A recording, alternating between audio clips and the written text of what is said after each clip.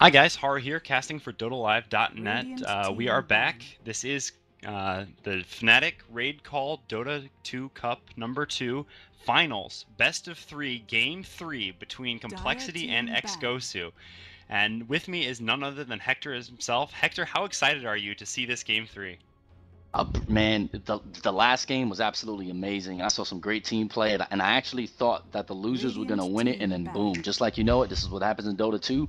You think you know something, and then all of a sudden, boom, Korok just went straight into the shrine and just took it over. Dire It team was an ban. exceptional end to the last game. The I'm really excited throne. about this third game. Throne, you're right. Excuse me. Watch the throne, ladies and gentlemen. It's very important. Yeah, I don't know. Just I felt like xGosu was playing pretty well all game. I was kind of surprised when Complexity was able to come in and take that bottom, but I mean, I guess it was fine for xGosu because they Korok taking the mid racks and turn, so it kind of all evened out. 10 seconds And remaining. yeah, I guess we'll have to see the bans from this Radiant time. Well, team not pick. necessarily more standard because Morphling's still banned, but that's pretty much standard against xGosu. And Because of instead, we're Korok, gonna have yeah. Lycan. Dire So team Lycan ban. first Lycan for pick again, Complexity yeah. again. Yeah, I don't like that. I really don't like giving Complexity Lycan, but I don't really know Mm-hmm. what option you have. I mean, if you look at xGosu's 3 bans, they banned the Panda because obviously Jo Panda. They banned the Chen because, well, what did we learn like 4 months ago against Complexity? You always ban Chen. So the Invoker one is, I think I would much rather give them Invoker, to be perfectly I was honest, than actually gonna Lycan. say that. Because most people haven't really seen them play 10 Invoker since seconds remaining. Invoker is such a typical ban. I think now's the time where you roll the dice because you 5 saw what they did to you seconds game one with remaining. Lycan. I would actually take the dice and let them take Invoker, but Yeah, Reserve time. well, and the thing about giving them Invoker is you force them to like fight you and beat you. With Lycan, you force them to like sit around like running away from you all game and just taking all your outer towers and just farming a Reserve ton, time. and there not being anything you can do Dark about it. And yeah, so first of Radiant all, as a team spectator, pick. I'd much rather Lycan not be in the game because that shit is boring as hell. mm-hmm. But second of all, I don't know how you can let Lycan. I feel like, in my opinion, the two most imbalanced heroes in the game are Furion and Lycan, and I wouldn't give up either of those to an opposing team. Although, I mean, obviously it varies based on the team you're playing. But they do get the rather infamous at this point team fight combo of the Enigma Darkseer. Darkseer going to be obviously amazing in general, and we kind of saw how effective Enigma was in that game. Like, to 10 be honest, Painted seconds Gold did not remaining. get good black holes. Like basically his best black holes were well, he had one 5 or two seconds good team fight remaining. black holes actually, but not really. Most of his black holes were just on one hero or a couple times no heroes. But it Reserve basically showed time. that this is why Enigma is so strong now. That Malefice is actually just so Yes, his strong. Malphus was OP. Yeah, just, I mean, chain stunning a hero like that. I mean, chain stun is something you normally have to coordinate to do. When you have one hero who chain stuns by himself, who's a one-man chain stun, that's just ridiculous. And then Absolutely obviously agree. just the pushing power of those Eidolons that we talked about, and the fact that he's just so versatile. So, I mean, we once again learned that you don't really need Black Hole to be game breaking to win the game, but who knows? Maybe they had enough not good black holes that game that they can have that this game it'll be the black holes that kind of win it for them. You just never know. That's the problem with Enigma. It's just that you have to play perfectly all game to not get blown out by him, and he already does so much. Yeah, it's just interesting to see him picked in all 3 games. Like I'm actually very surprised that he hasn't been banned or he hasn't been overlooked at this point. But based on his strengths, I completely agree. Like he's had a say in pretty much every matchup. The first matchup, he did a very good job actually. It's just unfortunately they lost. Um, but yeah, I mean, it's a pretty interesting selection. I'm curious to see if we're gonna see a VS this game Reserve time. to combat that because Radiant team hmm, pick. the Well, Windrunner selection. yeah, Wow. well, they do have the Windrunner. Windrunner is a long-range disable, so Yeah. I mean it works against Enigma at least until he has the BKB. And yep, there's And that VS. there goes the VS selection. Dire Mm-hmm. team pick. Complexity, pretty typical VS. I mean, VS was kind of the one of their signature heroes very early on. Fluff and Stuff basically always playing VS, and just having some amazing VS games. I remember just thinking this guy was ridiculous on his VS play. So, I mean, with that, they'll be looking to grab Enchantress. I'm almost positive. Although, I don't know, with Lycan, maybe that's a little strange with the lanes, but I think it would still work. I would imagine they still want to grab Enchantress, and because just having that Enchantress VS roaming very 10 early on is seconds so strong. remaining. Having that, usually that targeted that stun or 5 immobilize in the case seconds of VS or Mm-hmm. remaining. CM to go with the Enchantress once she gets 1 or 2 creeps, smoke Venomancer. up and either go from behind a tower or just Radiant run in from the team side pick. if the hero's far enough up. Although against the Darkseer, it's going to be tough. have to see how effective the Darkseer is at making sure the lane keeps pushed up. Because as long as he has that lane push with the Iron Shells, then if the one hero who's in the bottom, the one who's not going with the two smoked up, starts just running past the creep storm him, he knows exactly what's going to happen. And we'll have to see how well he can play against that. I actually really like that ban. I really, really like that Riki ban. A very smart ban. On a team like that, you don't want that silence. On top of everything else that they have, you don't want that silence. Yeah, and this, man, silence plus vacuum is just absurd. It's like an Enigma combo that's actually easy to set up. Like, yeah, it's unreal. Allowing that to happen, but we'll have to see here if they do end up banning that Enchantress. They let it go through. That's what I'll be really interested to see at this point, and then kind of how complexity is going to step in line. And it's complexity, so there's always the factor that they could throw out something crazy. I mean, they've already done. I mean, the previous game they played, pretty standard. The game, I mean, they had the Juggernaut, but that's but at this point standard complexity, so that's not that big of a deal. Oh, and I'm actually really surprised that they haven't even selected Shadow Demon or Shadow Shaman. Complexity loves those heroes. Actually, very shocked. Very good point, actually. Well, Shadow Demon not really fitting into their lineup that effectively. I mean, it doesn't really work with Juggernaut. It kind of works almost at ends with them. I mean, technically you can Disruption Soulcatcher someone and then spin on top of them. But... yeah, but I never thought it would even work with their Spectre lineup, and they seem to do that magnificently. The Shadow Shaman, Shadow Demon, and Spectre that they used actually quite often in the, I believe it was the DreamHack tournament that just passed, the DreamHack qualifiers. Yeah, the difference with Spectre is you don't really need early synergy because you're hoping at least just to have your support against the sacrifice lane to right-click harass the sacrifice lane out of the lane and just get the Spectre farm. So you don't really need synergy. With the Juggernaut, you're looking for early kills. So I don't know, but I mean, now how awesome is that? You know you're good when complexity bans two heroes. Yeah, well, I mean, the Morphling ban was certainly a respect ban. Then look at that, the Dragon Knight ban. So who knows?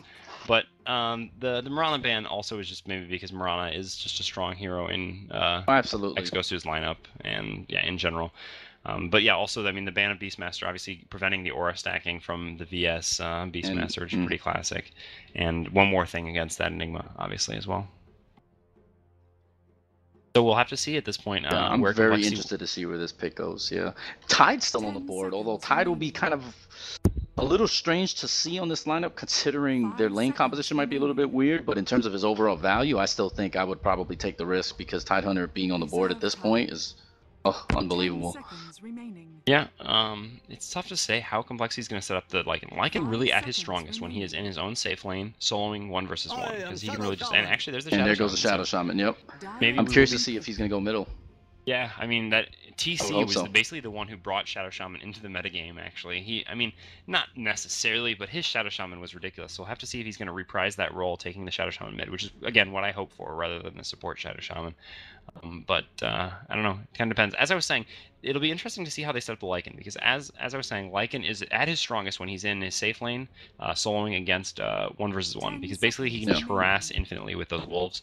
It's really, really strong. But against Darkseer, that's actually not going to be very effective, because Darkseer would be happy to just Iron Shell himself up and run into the wolves and kill them.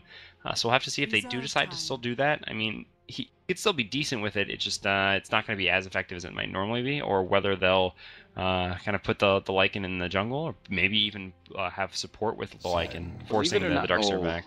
And they're opting to go pure team fight. I actually was going to suggest a Balinar pickup, honestly. I thought Balinar would have been an exceptional pickup for xGosu. I mean, yeah, he kind of fell out of the metagame, especially going middle, but considering he's going to have a Shadow Shaman that's probably going to go middle, I kind of would have liked to see that, especially during his first night with his lineup. But the Sand King, I'm actually pretty happy to see, considering he is one of the best overall heroes in the game. He's exceptionally good. Yeah, I'm just another one of those heroes that can single-handedly break a game. And obviously, when you have Darkseer with the combo, yeah, it's not really going to be single-handedly anymore. And the Queen of Pain actually is going to be the last pickup. I don't know. I mean, that's all right. Generally, you pick Queen of Pain when you're not against a lot of disable, but the Dire does have a fair amount of disable with the Malefice, the stun from Sand King, and kind of with the Vacuum. Malefice you can blink out of, though, so still not a bad pickup, and it's going to be, I mean, they're basically conceding. If you look at most of the rest of the heroes, I mean, Lycan, Windrunner is kind of a teamfight hero, certainly, but they don't have a ton of AoE abilities, and so they kind of needed something to compete with xGosu's enormous 10 amount of team seconds fight, and remaining. the Queen of Pain can certainly do that. While also, what she's going to do very effectively 5 with the seconds Lycan is they're remaining. both just going to infinitely split push lanes. Yeah, absolutely. I'm kind of curious though to see now Reserve who's going to go time. middle because WAP suiciding Windrunner can actually suicide. So I'm kind of curious to see what they're going to do with I think their they'll lane have compositions because Fluff and Shadow Stuff Shaman probably can in now. support on the Windrunner Mm-hmm. again, and they'll either have the two of them by themselves, or the two of them will try lane with the Lycan, supporting Lycan. But I hope to see the Lycan in the jungle actually. Yeah, I don't know where I'm at with that quad pickup. I kind of thought that was a little bit strange because Darkseer is going to go for a pipe. I mean, theoretically, right? I mean, you normally see him go early pipe. I mean, I don't know. That's actually pretty interesting. Yeah, and also interesting will be basically the last hero they pick up for the Dire here. It's basically going to be the Korok hero. I would imagine. I mean, there's a chance Korok could play the. I mean, well, Korok can really play anything. He could play the Could go Sand King, but no, tiny it's middle. going to be the Tiny. Oh, and he did this in game 1 actually, and I kind of I felt it coming. I kind of thought he was going to go tiny middle because he did it in game 1 and he didn't really have a lot of success, mainly because he was sent in the tri lane. But I think this would be a perfect time to do it because guess what? He won't have to tri lane at this point. He can actually go middle, and it's a fairly decent matchup because if he catches whoever plays Shadow Shaman, probably TC, out of position, that can go really ugly really fast. That's a very good pickup. I'm actually very curious to see Korok go up against TC. We're gonna have an exceptional mid lane. We have two great players going at it. Yeah, great mid battle. Well, and also they have, I mean, just another AoE ability, and also the potential to toss the Enigma or to toss the Sand King. I mean, the Yeah. Sand King ult 10 toss is just a Absolutely. ridiculous combo. Very hard to pull off, but actually even tossing Venomancer is good because the Venomancer ult. So the toss is going to work actually really well with their team. That's a nice pickup. And Yeah, but again, Korok was doing a game 1 like a pro, man. It was incredible. It's just, I mean, despite the fact that they lost the game, I mean, he had some really nice tosses. Yeah, well, if anyone can do it, Korok can. And so we actually do have Hannah Montana up on the Windrunner, so that means it will be a silent solo Windrunner. And actually, the Shadow Shaman will not be the one who's mid. Well, Yeah, we I will was have actually going to say that. support Shadow Shaman, which makes sense because this maybe is in anticipation of Korok going mid. Generally, the reason we saw that the melee heroes solo mid fall out of the metagame, like the Night Stalker you were talking about, or Doom, even Tiny, although Tiny was never that in the metagame. Well, he was, but actually not so much solo mid, more just in whatever role you could fit him. But basically it was because if you set a dual lane up against a melee solo mid, they're basically completely screwed. Like a ranged hero is still going to get something, but a melee is just going to get absolutely nothing because he can't even deny creeps down from half and try to control the lane back. So they could actually just send maybe the Lycan mid with a support, or they could actually just send the Lycan solo against Tiny because Lycan will actually really destroy Tiny solo, to be perfectly honest. Yeah, the Wolf Harass is so strong. I mean, Lycan is such. A lot of people don't really give Lycan the credit, but Lycan doesn't have to jungle. He can mid very effectively. He can suicide lane very effectively. He can jungle very effectively. Those wolves do so much damage early on. He is such a legitimately good hero, which is why he's typically first banned, especially if you consider his late game potential and his pushing power throughout the game. Yeah. He's just an outstanding hero. But yeah, his harass in a lane, oh, in a one-on-one, you don't want to see him. You don't want to see him. Yeah, I mean, at the first or even third level, it's moderate but not very strong. At level 5, it's quite strong, and once he gets to level 7 wolves, you actually just can't stay in the lane against him. He can harass basically any hero in the game out of the lane with those wolves. So yeah, he's going to be quite a force to be reckoned with. I mean, there's still a lot of potential or possibilities though, because I mean, Lycan is very strong against the Tiny, but also if the Tiny was mid, Jo would be really strong against him. If you went for that max, the 2-point Shadow Strike build early on, that would be some really great harassment against the low armor Korok. Yeah, so, against most melee heroes, I actually particularly prefer that build because I think Shadow Strike is just such an exceptionally good. Yeah, so I mean, there's just, I don't know, an infinite amount of possibilities for the way that the lanes could be set up on both these teams. I mean, I don't know. I can't even really begin to guess how exactly they're going to do it. If I had to, I don't know. But with Fluff and Stuff and IX Mike, I mean, there's no way you're going to just set a duel of them. But who are they going to support? I mean, got to be the Lycan, I guess. And Jo mid, Hannah Montana top, and the tri lane with Lycan bottom. But tri laning Lycan is, not a huge fan. I have to agree with you. I think it's interesting. I kind of also wouldn't mind to see a 2-1-2 setup with Lycan in the jungle, like you said earlier. I kind of think it's actually pretty effective considering this lineup because when Windrunner can solo legitimately, and then you can have Shadow Shaman and VS up top, they can do decently well against a tri lane. Although VS's range is really short, so I think I would prefer to see her bottom lane. But yeah, I mean, like you said, the infinite possibilities here. Like all of this is just theory craft on our part, but they can basically do whatever they want. They can almost send any hero in any lane at this point. Yeah. Meanwhile, team of for the Dire, we're going to see the Darkseer bottom. We're going to see the Enigma in the jungle, and I guess it's going to be Painted Gold mid because Painted Gold's their mid player. That's no. I was looking at this and I saw him on Sand King, so I don't know. It's really good if they expect a melee mid, but against a Sand King mid against melee is actually extremely strong. He usually should win the lane, but against a range, it's going to be really tough for him. He does have the shield, so he'll be able to sustain a little bit of harassment. But again, Jo can just go the 2-point Shadow Strike build and really just kind of harass him extremely effectively. I don't know. I mean, it kind of depends on if he goes Sandstorm build, because if he goes Sandstorm into Caustic, well, and he's gonna max Caustic, of course, you can actually relatively easy Shadow Strike, Shadow Shaman. Actually, it's. I mean, of course, at this level, I'm pretty sure Jo is not gonna just cast it at max range. He's probably gonna attack, move forward a little bit, so it's a lot faster. But you can actually disjoint it pretty regularly. So I wouldn't really suspect that might be too much of an issue, but I feel like I personally would like Sand King and Venomancer to go top lane with the jungler, and then having the Darkseer Suicide with the Tiny Middle. I think Tiny Mid is really going to be effective because Korok last game got a 24-minute, or the first game, excuse me, he got a 24-minute blink, and he didn't have the levels to support the combos, and that's what he kept dying because he would try to combo somebody out of position and he wouldn't be able to kill him. And then what ends up happening is now he's out of mana and now he's having to retreat, and then a counter gank would come in. That he died a lot like that. I think they're gonna want him to have the levels. I'll be shocked if he doesn't go middle this game. With the dual lane, he should get plenty of levels. I think it'll be fine. And I mean, against Queen of Pain, he just get harassed way too much. At least the Sand King, like you said, can do something against the harassment. Korok really can't do anything, except once he gets his bottle, obviously he can start bottle crowing and just nuking down creep waves for farm.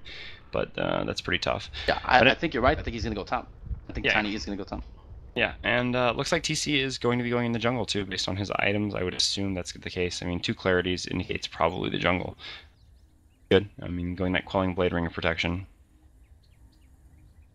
Yeah, shout out to Aussie, actually, who did come and cast for us in the first game, but then was willing to step out so that I could actually come join and we could have this all Dota Live thing going on here. Although I would have been happy to have him casting with me anyway. I really do love you, Aussie. Miss you, bro. Yeah, I love Dodalicious. He's extremely good caster, very intelligent player, and he's well known throughout the Dota 1 community, as I'm beginning to find out. He has fans everywhere, all over the world. Yeah, well, those Australians, they're just so friendly. Schedule the unpause. Looks like we should have a go soon here, hopefully, and we will figure out. I don't know. I like the dual lane bottom. Yeah, so sending the dual lane top against the tri lane, although it actually wouldn't have been a tri lane, but it still would have been Veno, which I think is stronger than the Rasta VS. So sending them bottom and just having one harass back the Darkseer and the other farm is actually pretty strong. So we will actually get to see, well, I'm not sure who it is going to be farming. I mean, they're both support players, and if you look at them, they both bought wards. So I don't know. We'll see who's actually going to be the one taking the farm.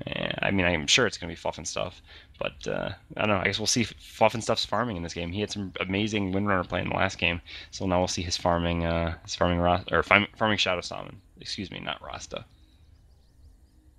People hate when you call them by Dota 1 names that they don't know, and I understand that too, because for someone who's never watched Dota 1 or doesn't know it that familiarly but loves Dota 2, when you refer to someone as Rasta or Gondar or Crobulus or something, people are like, okay, I don't know who you're talking about, and that's kind of our feelings caster. I'm kind of not good with that too. Like sometimes I'll use names that I probably I still call the Shadowblade Lothars and stuff like that. Every now and again we make the mistake. It's just because we've been doing it so long that we kind of just all those names are embedded in our heads. So guys, please forgive us if we Yeah. Although speak every now and again. the one I am going to claim that I will never be held accountable for is if I'm ever casting a game, and this doesn't really matter because most of you probably, well, who knows if you'll watch him again, but bear it off now. You're like, oh god, I'm so sick of this guy. He just talks so much about nonsense. Is Outworld Destroyer. I will never call him Outworld Destroyer. You will hear me call him OD, which is my best case scenario, or Obsidian Destroyer, because Outworld Destroyer is a ridiculous name. Now, I understand why they couldn't call him Obsidian Destroyer, and I don't blame them for that, but still, he's not Outworld Destroyer. This is an absurd I agree. name. I call him OD anyway, so it's okay. Yeah. And we have a 4-man gank. It looks like they want to actually catch Lycan early. Oh, they're blocking the easy camp for Lycan, which is actually pretty interesting, considering it's a very good strategy. And are they going to complete the ward pull? Yes, they are. Uncontested, too. They should. I actually, converting the wolf, too. Nice. Getting experience before the game even starts. How nice. With the regen. Oh. Yeah, oh, God, that's so nice. Must be nice, huh?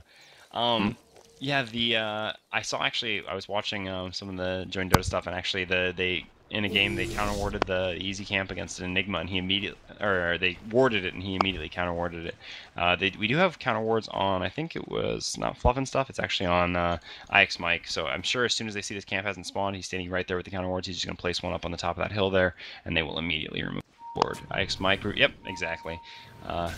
Right where I thought it would be too. Nice job, IX Mike, immediately getting rid of that ward, and it's going to do absolutely nothing. They kind of just expected what xGosu would do there, and were easy enough taking it. So again, complexity always really amazing with counter wards. This is one thing that consistently impresses me with this team. Their support players are so active and understand how important it is getting rid of those wards early on, perfectly willing to make the sacrifice of a little bit extra time or a little bit extra money to always make sure they're on top of counter warding. And support wins games. Supporting and wards and sight, those win games. Not ricing 500 GPM, 600 GPM. It's how good your support is. You are only going to ever be as good as your support are. Oh, and actually a little action on Hannah Montana here. Only level 1 on Gale. I'm not sure if it's going to be enough. koRock does have this full combo, though, but he's not going to be able to toss Hannah Montana back, and the creeps are already going to be there. So Hannah Montana is going to get away. Taking a few more right clicks from Mikey. But yeah, I wanted to say support wins games and koRock wins games. koRock is just a beast, though, but that's a given. koRock, Dendi, like players like that can just say at any point, all right, guys, I got this, as we saw last game. But anyway, we are going to have the Lycan in the jungle, kind of like I'd hoped he would be. So he is going to get pretty decent farm here. Certainly not as good a farm as he gets in the solo lane, but almost.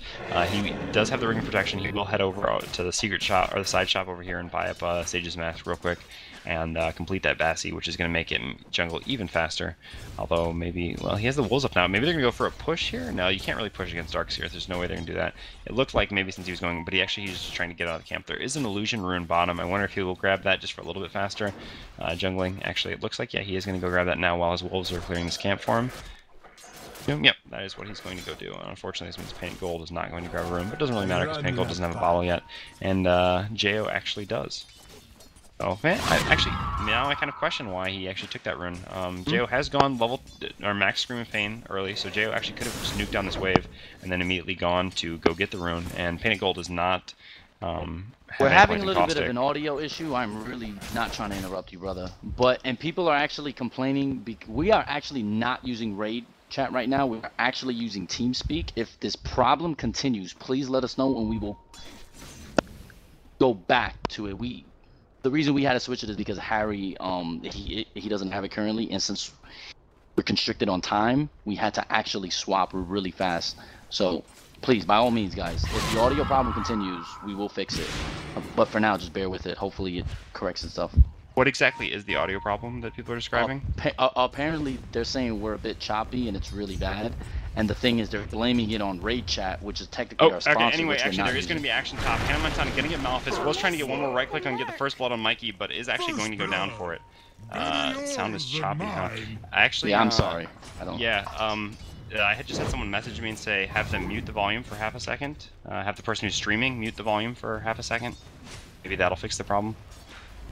Yeah, I am sorry to hear that. I actually noticed, I think it's not something to do with TeamSpeak or Raid Chat. I think it has to do with the streamer, because when I was actually watching you guys in the first game, when I finished what I was doing and was able to watch for a little bit, and I was listening, and the sound was really choppy, and I assumed that had to do with RaidCall. personally, but And I guess yes, it's we are wrong. using XSplit, so then I think that's the issue. Because people in chat are saying, well, if they're using XSplit, that's the problem. Yes, we actually are using XSplit currently. Just yeah, normally you sometimes restart XSplit and it fixes the problem, but if he restarts XSplit, it's gonna be difficult with the stream. I don't really know. This isn't my area of specialty, so I'm sure the streamer will be able to solve this problem somehow, and we will get back to. I'm just gonna keep casting anyway. Like I don't know what's going on, and I assume you guys will fix the sound problem somehow because you guys are amazing. Anyway, so after that first blood top, if we take a look at the gold graph, there is going to be a slight dip in favor of xGosu. Complexity was having a little bit more of an advantage earlier. Actually, Enigma is one level higher than Lycan. Lycan only halfway to level 6, so Enigma jungling a little bit faster, although we would expect that. Enigma, one of the fastest junglers in the game. And Cam actually thinks it's Hector. And Azu was actually saying in the chat, saying that your mic is too low as well. So maybe if you just turn up your mic, that will solve the problem, hopefully. I also keep hearing a popping sound, so I assume someone keeps turning their mic on and off, which is actually quite annoying, whoever that is. But yeah, that sound right there. Anyway, going mute on. So someone actually just said your streamer fails, mute unmute fixes it. So if our streamer can hear this, just mute unmute. Did that. Okay, so then I guess maybe it is Hector's mic. Alright, anyway, sorry guys about this. I hate to have the technical difficulties, but it is better that we get them out of the way in the beginning rather than when there's actually action going on. Unfortunately, not a lot of action right now. Hannah Montana has managed to pick up level 4 top. Meanwhile, Darkseer almost a level 4 bottom. So basically, pretty much everywhere is pretty even as far as experience goes. Obviously, Enigma and Lycan basically staying even, the solo lane staying even. Korok is level 6 though, whereas Fluff and stuff only level 5, so I don't know. I mean, basically just kind of trading blows back and forth all over the map as far as the farm goes. Except the big difference is Jo at 32-12 versus Painted Gold at 14-1, which is exactly as we would have expected. The Queen of Pain just completely dominating the Sand King in the mid. Oh, I was actually... Hector? Okay, well, he just cut out on me, or at least I cannot hear him, so I'm going to assume that you guys can't hear him. It's possible that you guys are actually hearing both of us talking at the same time now. Hopefully that's not the case. Yeah, I guess I will just keep going, and hopefully whatever the problem is, it gets fixed soon enough. Let's see, TC actually has almost finished up his Vlads now, and has a Sage's Mask as well. That Sage's Mask will go into a medallion, which will A, help with a fast Roche steal once he has that Vlads up, and B, it's just a great item to have on Lycan because it's going to increase his DPS and the DPS of his wolves, while only subtracting a little bit of armor. And it doesn't actually, I mean, people think that having the medallion up on you subtracts a lot of armor, but it doesn't actually subtract armor because in fact, the medallion gives as much armor as it reduces. So you're not actually losing anything, you just stay even. So it doesn't really reduce anything that consequential, and only costs 1,000 gold, so great item on Lycan. Not everyone picks this up, it's kind of a preference, but most heroes do, and looks like they are going to try to pressure this bottom tower now. Fluff and Stuff does have his ultimate, he is level 6, so the wolves are up, and they're going to look to push. The Vlads, I assume, is actually flying out to the Lycan right now, which will give him enough health, as well as one Tango to actually guarantee this push. And Darkseer throwing down Iron Shells, but with level 6 on Fluff and Stuff, he is able to quickly nuke down the creep wave, and plus the wolf damage, they are able to very easily take it out. And they do have the Catapult here, they're actually going to want to try to protect this. Wow, Catapult just barely lives. Nice job by Axe Mike, moving up to take one tower hit so the Catapult would die. Really just, you know, it's just little things like that that make such a big difference. To have this Catapult beating on the tower while you're dealing damage to it and taking it. Small plays like that you can really learn from the pros that make a huge difference. And they are going to take this tower. Lycan actually does manage to get the last hit on it. It's a really nice play there by him. There is a ward up from the Dire, which actually gives... Oh, and actually, meanwhile, there was action mid, but yeah, there's not going to be anything too serious going on between those two heroes.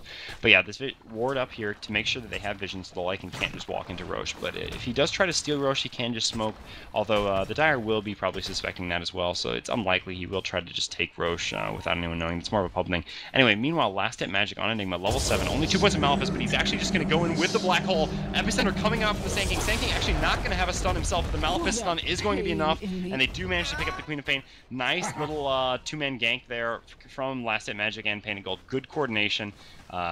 Managing to pick up that kill on Queen of Pain. A very elusive and difficult hero to kill. I'm still surprised that he didn't go... He didn't go what? I'm really surprised he didn't go Caustic Finale. Oh, well, Caustic Finale really only good Oh yeah, I guess maybe Hector is using push talk now. I'm not exactly sure. Caustic Finale really only good when you're playing against melee. Because and meanwhile there was action bottom. Sorry, getting a little bit distracted about this by this talk about TeamSpeak and whatnot. Caustic Finale usually only picked up early when you're going up against a melee, because against a range it's just going to push the lane and make it harder for you to stay in there, and it's not really going to give you any additional harassment. So that's why in this case he went Girl Strike and the Sandstorm. They are going to, meanwhile, take this top tier 1 tower, so it's a 1-for-1 trade. And meanwhile, actually, Hannah Montana getting caught out by Painted Gold. Hannah Montana actually does just use the win run now. koRock might be able to toss, yeah, the Sand King to him. Painted Gold not going to have another stun for 3 seconds. Shackle Shot going to latch Painted Gold to a tree, but only a level 1 Shackle Shot, so Painted Gold is able to pick up the Burrow Strike. Max level Burrow Strike, able to latch him. And meanwhile, though, the Lycan actually is going for the Roche Steal. I didn't actually catch him running in there, but I assume he smoked up to do it. And the Dire actually has no idea. Although Painted Gold looks like he's heading over there, will he actually know what's going on, or is he just heading towards the bottom, where meanwhile the Enigma manages to pick up a kill on the Vengeful Spirit in return for the Shadow Shaman's kill on the Darkseer. And yeah, sorry, I was just, I mean, this TC just being in here and actually is probably going to get this Roche Steal, and it's going to be completely uncontested, so really nice pickup. Did you see, Hector, did he actually smoke up to do that? Yeah, yes, he did, and actually Darkseer is the one that got the kill because of the Ion Shell, and also koRock went 4-staff instead of Blink. Oh yeah, koRock did go 4-staff instead of Blink. I mean, I guess this kind of makes sense if you're in kind of a pushing lineup, which, I mean, in this case it kind of is with the Enigma and the Venomancer. Because basically what you want to do is, you know, when you have Blink, your idea is to kind of stand far back and kind of pick someone off and initiate on them. But with when you're kind of pushing, you actually want to be up in the front lines, hitting the tower and tossing and stuff. And so the 4-staff is going to make it easier to initiate from that position, and it's just kind of make him more of like a, well, first of all, it gives him more of escape, which is never a bad thing to have. Also, it's just having 4-staff against melee carries like Lycan is always a strong thing, because I mean, if Lycan runs up on someone, you just 4-staff him away, and it makes more time that Lycan has to chase after. And then furthermore, it kind of just puts him slightly more into having more support utility, using 4-staff, so we can 4-staff him to someone else and toss them, etc. Yep, and you can also 4-staff somebody out of Shadow Shaman's ulti if he's trapped and does not have phase boots. So I completely agree. That's exactly why he did it, is for the total utility. But I was surprised to see it, because he didn't do that inversely in the first game. He actually did save for Blink. Was there a Shadow Shaman in the first game? No. There was so, yeah. a tiny. And no, I mean against the Shadow Shaman. But anyway, there is going to be action bottom. Fluff and Stuff is Malphus up. Looks like he's going to try to turn around. Great ward trap by Fluff and Stuff, taking a lesson from TC, and does at the same time shackle Mikey. Meanwhile, though, IX Mike actually not able to stun him in range of the wards, but it's going to be enough. Fluff and Stuff able to get one last Aether Shock on the Venomancer, and the Venomancer does die. Double kill for Fluff and Stuff down there. And meanwhile, Lycan and Jo are taking this mid-tier 1 tower, probably uncontested. Although, at the same time, Darkseer is going on the Windrunner, tries vacuuming him back, but the Windrunner just lasts a little bit too long, and he is going to make it out just fine. TC continuing to pressure the mid. Exactly. Already level 11, so he's just going to be able to ult and run out of here if he is in any trouble, which he is not. He's just going to back off normally anyway.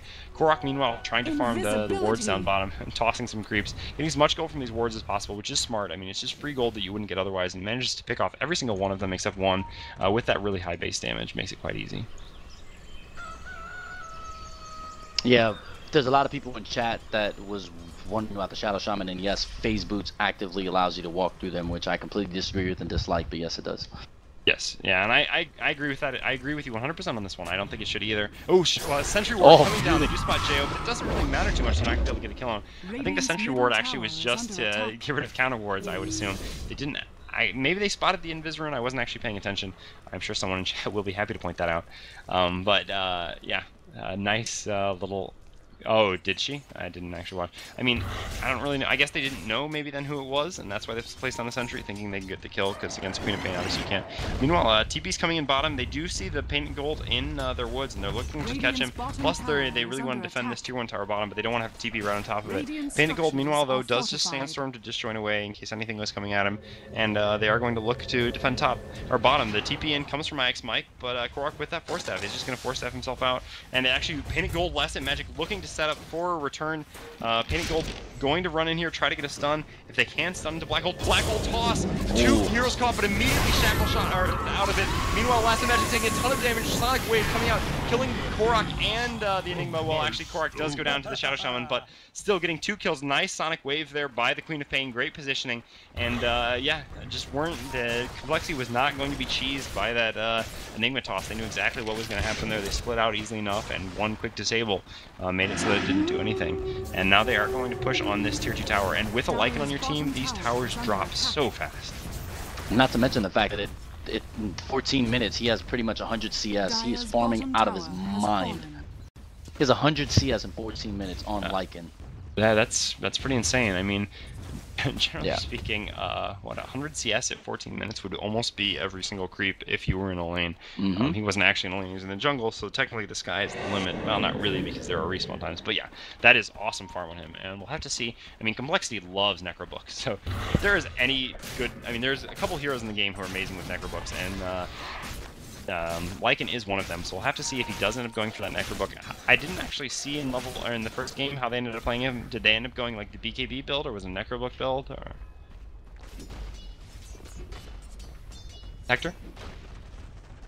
Oh, and I guess I lost him again? I don't really know. Well, I'm sure he'll be back to answer me soon enough about that Complexity, Lycan. It was Necrobook, okay. So, I mean, that's what I would guess, because like I said, they love to spam Necrobook, so there's not really a much better candidate for Necrobook than a... I'm sorry, and yes, Lycan. That's exactly... and meanwhile, Korok looking to rush level 3 Necro. Okay, Jo actually going to blink in. Hex coming out on Korok, but Korok just force stabs himself away, no problem. And looks like they're going to work to try to get a gank actually off on these heroes in the mid. Solara just pushing out bottom as Darkseer. Solara actually kind of under-leveled here, actually, only level 8. Taking a look at the levels, yeah, actually the second lowest level on his team, actually, well, the 2 supports, although I guess Fluff and Stuff wasn't exactly a support on Complexity, are level 8, but kind of tied for the second lowest level in the game, in theory. Not really having a very good game on that Darkseer so far. They did a really good job shutting him down with that dual lane bottom and pushing his tower early on, so it just hasn't had the effect that you would normally think of or hope for. But meanwhile, Mikey has stacked these Ancients. You saw that the Lycan saw him and wanted to try to take him, but just wasn't a match for him even with his Wolves. And so now Mikey is going to take this Ancient stack and get a lot of golden experience, which he's actually going to split with the Darkseer, who, like I was saying, sorely needs it. Or maybe he's not. Maybe the Darkseer's just running through. We'll have to see. No, he's going to stay here and take this golden experience with him. Illusion. Oh, meanwhile, mid tower is actually trying to be denied. Oh, nice toss by Korok. Just wasn't denied fast enough, and the toss does way too much damage to your tower. Meanwhile, TP going to come in top. TC going to try to take down this tower. He has his ult, so he's not really afraid here. He wants to get this tower before he has to run out. Does pop his ult, right-clicks the tower, and he's going to try to run away now. Meanwhile, Painted Gold actually it does have a haste rune. Malif is coming out on TC. That's going to be a lot of stuns, followed up by Painted Gold stun. We'll see if this is actually enough, or if TC will be able to run away here. TC still a couple seconds left on his ult. He's going to keep running. Willie's Eidolon right-click to be enough, and actually they will not be. Shackle Shot latching Painted Gold and Solara, and TC does manage to make it out there. Maybe Painted Gold should have gone for the ult. I guess he thought that maybe they get it without it, and actually Korok forced having himself up there, trying to pick off TC, but I mean, it's just like Dendi. Oh, and actually the Shackle Shot's gonna latch Painted Gold. Are they gonna go here? Jo coming in from the side, does have the Sonic Wave, will think about it, use the Scream first, not waving. Painted Gold's gonna get a huge ult now, actually. Nothing to interrupt it, but it's not gonna be enough to actually kill anyone yet. He is going to go down. IX Mike might go down to the Darkseer. No, and actually the Queen of Pain manages to pick off the Darkseer before he gets the kill on the Vengeful Spirit as well. And this entire time, Fluff and Stuff is actually just solo pushing bottom. So when I said that it would be Queen of Pain and Lycan split pushing, I was dead wrong. It's actually going to be a Rasta split push. Very strong. Yeah, like that's the benefit of having those heroes, is you have Shadow Shaman's ulti that can push a lane. You have Windrunner Quap that can tag team and push another lane. Oh, and by the way, you have that guy Lycan who can just take down anything at any point. So yeah, I mean, absolutely. But yeah, so anyway, as I was saying, the action kind of cut me off. Painted Gold could have actually gone for an ult on the Lycan there, after he kind of stunned in with the Malphite stuns and everything.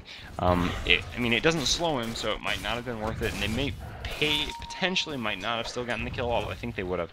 But regardless, I guess he just thought either they would get it without the ult, or the ult wouldn't actually be enough. So unfortunately, let the Lycan live, which then led to Korok's kind of questionable decision. Korok actually does have a haste here. He's going to think about comboing Fluff and Stuff. Fluff and Stuff going to try to actually force stuff himself out, and then just going to shackle Korok. But Korok actually gets the stun before the shackle comes off, so they basically trade blows, and then Korok just runs out with his back bleeding with that haste rune.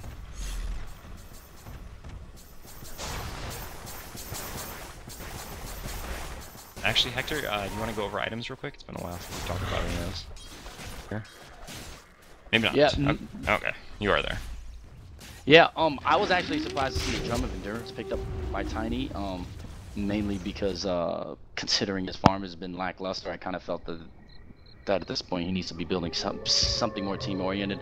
Enigma did finish his mech, and from the Dire side, that's pretty much all they have. Lycan has his BKB though, which I think is really scary at 19 minutes into the game with his Vlads, with his boots, and with his medallion. If you see, he's actually at 485 gold per minute, which is insane. Yes, it's unbelievable. Yeah, so I actually did opt to go for the BKB build this time against all the disable and obviously the magic damage from Darkseer from the epicenter, excuse me, just there. I think the DKB is more important than the Necrobook this time, although obviously against AoE Necrobook is very strong too, because as their AoE damage destroys the Necrobook units, they take a ton of damage as well, but in this case he just wanted to guarantee his survivability and his DPS in the fights. And since he's farmed so well, that the fast BKB is just going to make him basically unstoppable. The bottom tower does get denied though, but that's a very early base tower to be taken down. I mean, at 20 minutes. There's still two tier 2 towers out on the map, so I mean, it's not that they have that huge of a tower advantage, but they do have a significant tower advantage. Up, what is that, 3 towers now, actually? So, yeah, including a base tower. And if we take a... Sorry, go. Shadow Shaman, by the way, picked up a Force Staff clearly to counter this Enigma, as long with the Vengeful Spirit. So, Shadow Shaman actually picked up a Force Staff. Counter the Enigma. Force Staff. Can't Force Staff people out of Black Hole. You can Force Staff Enigma. Force Staff doesn't actually stop channeling spells. I guess with Black Hole maybe it does. That's a tough question. I'm not 100% on that. Well, maybe I don't know. I haven't seen that interaction because normally actually Force Staff for a long time hasn't been really a counter Enigma, but it's obviously just strong against Korok in general because you can actually Force Staff people away from Korok when he's trying to combo them or things like that, and just get him out of all the AoE damage that comes out from the Dire team. And as far as Korok's drums go, I mean, you were saying that he doesn't have good farm, so like when you don't have good farm is usually when you do go for like kind of small items like this and hope that you can steamroll into something bigger rather than just waiting a long time and saving up to get something big. Although, I mean, which would be, I don't even really know exactly what he would go for if he wasn't going for the drums. And yeah, so now we're being told to restart the stream, and I saw on Skype that they actually said that you need to restart the stream. So yeah, should probably do that.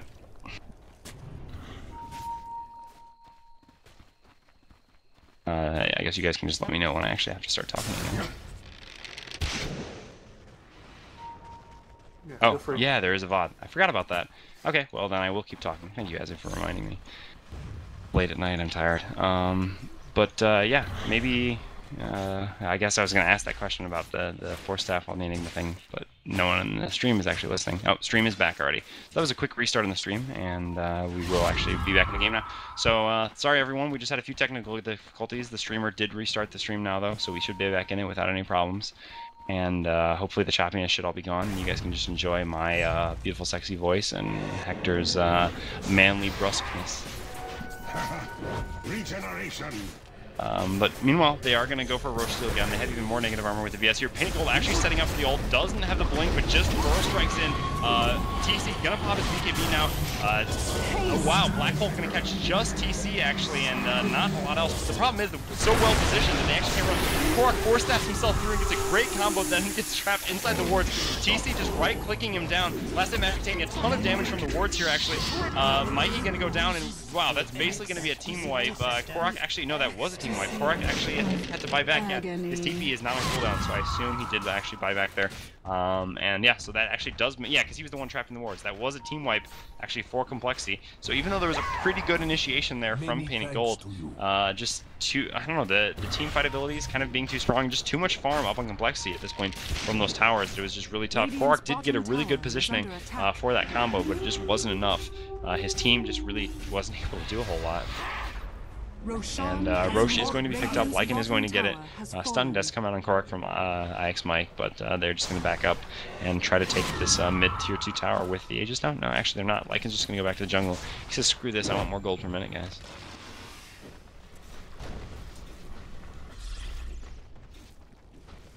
Anyway, so let's. The hood is actually about close to being up for Solara, but that's still a long ways from actually being a pipe, which kind of really sucks for them. I mean, I don't know. Their farm in general just not been very good. And Lycan actually already picking up a Basher, so I don't know what actually he's gonna sell. Maybe he'll just sell the medallion now, or maybe he'll sell the TP. Although selling TP is always a risky thing to do. Does end up selling the TP. Like I said, kind of risky. It's really, you know, basically the most important item for you to have throughout the game.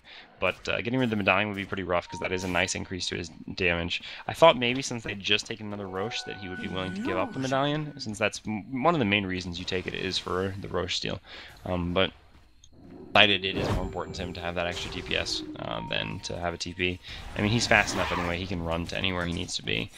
And yeah, especially with that medallion now to lock heroes down with the Skull Basher, it's going to be pretty insane. Queen of Pain, meanwhile, blinking in on Korok. Queen of Pain actually does have her Hex up, so just so much farm up in the Radiant here. Korok is going to try to stun and then just blink out. He's probably going to make it out on time. Scream, wow. Just barely not going to be enough. And actually looks like there might be a return gank here coming from the Darkseer and the Enigma. But looks like it's not going to happen, actually, and Darkseer is just going to back up. All right, well, everything was reset. Everybody in the chat seems to be happy, and hopefully my technical difficulties with the audio is it cleared up? Can you hear me well? I can hear you, yeah. Awesome. Okay, so everything seems fine again. So again, that's just a lesson. I mean, I guess, well, I'll say this later, but I mean, just to streamers in general, XSplit and some other things can have problems. So just restarting the stream whenever you're between games certainly doesn't hurt. Oh, Korok Lycan gonna go for a courier snipe. Oh, just barely missing it. Nice try on the courier snipe there with the wolves. You know, Invis so strong. And, I mean, TC being really smart with them, moving them around the map while he's farming now. I mean, level 16 with a Vlad's, he doesn't really need the wolves at all to help him farm. They help him farm faster, but they could be doing other things, like scouting around the map and harassing heroes down, pushing other lanes while he's actually just farming in the jungle. Looks like they are going to try to set up for a kill on Korok here. Korok actually does have a point booster now, so a little bit more health. We'll have to see... Is that a 4-staff forward on the wolf? I think that must have been a misclick. Fluff and stuff, yeah, 4-staff is off cooldown. So he actually accidentally 4-staff forward a wolf instead of I'm assuming he wanted to 4-staff forward IX Mike. But not actually happening. With the level 2 swap, that probably would have been a good plan. But yeah, instead 4-staff forward a wolf, and they're just going to retreat back. Although IX Mike is actually pushing by himself. Korok could think about setting up on him, but doesn't realize how far the rest of his team is behind him. And so instead he's just going to farm this creep wave. And...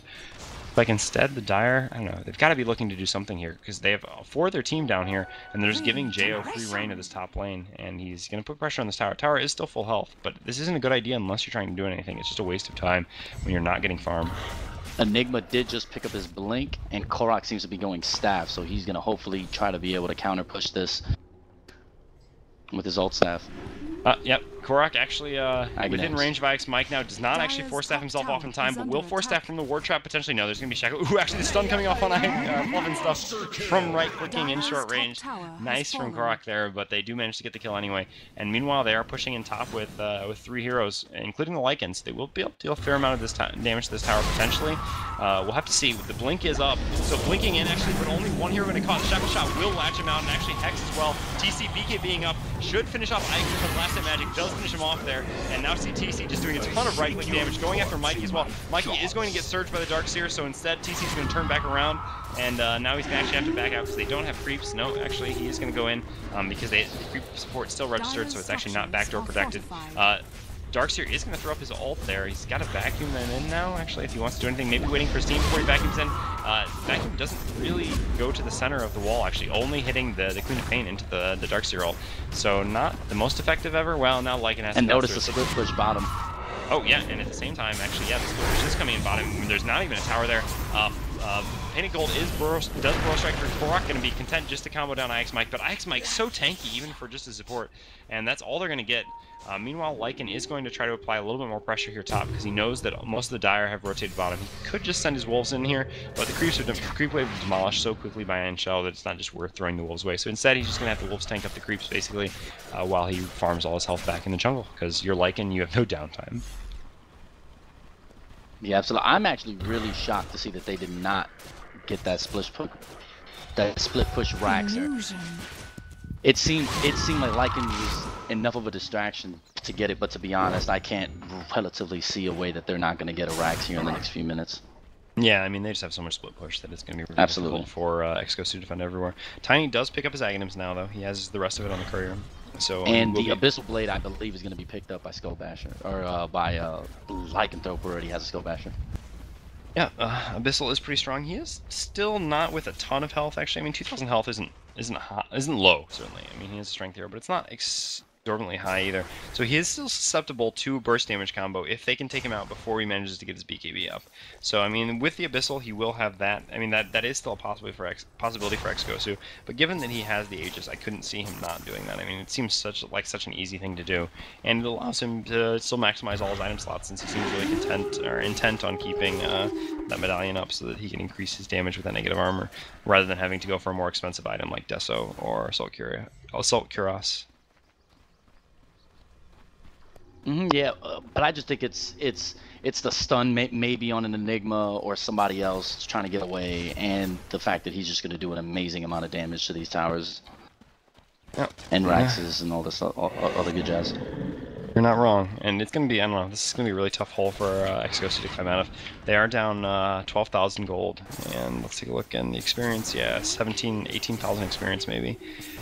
Doing everything they can. I mean, Mikey has been constantly stacking these Ancients. I don't know, the issue, well, a lot of these heroes for xGosu have really been a non-issue this game, but the Venomancer has really been a non-issue. I mean, it just didn't really work out for him early on. He didn't get the levels he needed, basically. They didn't get the kills that he wanted, so his levels haven't caught up, and Venomancer is certainly a level-dependent support in the sense that he does need, I mean, he needs 2 levels, basically, like a lot of good supports, like Crystal Maiden, she really needs 2 levels. Venomancer is the same. With 2 levels, he has basically a stun, but then, I mean, you usually want more levels for his wards, and then most importantly, for the mid-game, you want more points for his ult, and he only has level 1 ult still, which is just not doing a lot of damage. We actually do only have the 1 BKB, I think, for the Radiant, yeah. No BKB on Fluff and Stuff, and no. Oh wait, no, actually, no, there is one on JO, so 2 BKBs up, 1 for the Queen of Pain as well. They actually have 3. Do they have one on? Oh, there is one on Fluff and Stuff Stuff now as well. So yeah, that's what I was saying. I didn't think he had one, but actually he does. So yeah, I'm wrong. And so yeah, actually the Venomancer ult not really going to do anything at this point then. So yeah, his levels don't even matter anymore. That hero just doesn't do anything at this point. And Complexity is going to go for a push in on the bottom racks. And I really can't imagine xGosu being able to defend this, to be perfectly honest. Their AoE combo is going to have to work perfectly. Actually, they're going to catch Mikey out first, and this is just so poor.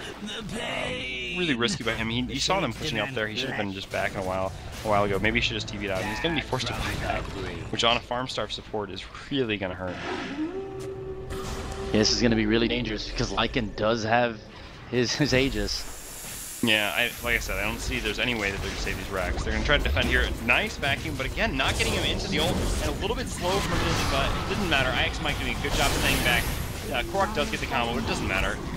TC just doing way too much damage. Shaft and Shotgun both Enigma as well, and just damage coming out everywhere. TC just completely destroying people. Does get a copy of himself made by running through the wall, but oh wow. That's actually a first hit bash. That wasn't an activated Abyssal, so he gets a first hit bash to actually finish off the Venomancer. And Queen of Pain is going to blink after Panic Ult. Panic Ult does just invis to get out, but that's bottom racks down, and with the Lycan, they're just going to rotate towards mid. No, actually, they're going to rotate towards top because the top tower is so low. Korok is here with his tree though, and he tells them you're not going to come, but then he decides, well, maybe there's more of them, and me and my tree are just going to go into the forest. Yeah, Lycan himself just does too much. He just has too much base damage now. He's just going to just roll right through everything in here. Yep, and the lesson of the day is you ban Lycan. Yeah. Should come as no surprise. Good talk coming out. I mean, Mikey, for those of you who don't know, was ringing for Complexity for a while, and I mean, Mikey plays support, IX Mike plays support, so kind of a little bit of mutual respect from both these teams. And you know, he was joking around a little bit about after they won the last one, saying that he's learning from the best, stuff like that, and now saying he has a long way still to go before the master or the student has become the master. Star Wars style. Anyway. The GGs have come out, and we are seeing the disconnects, so well played by both teams here.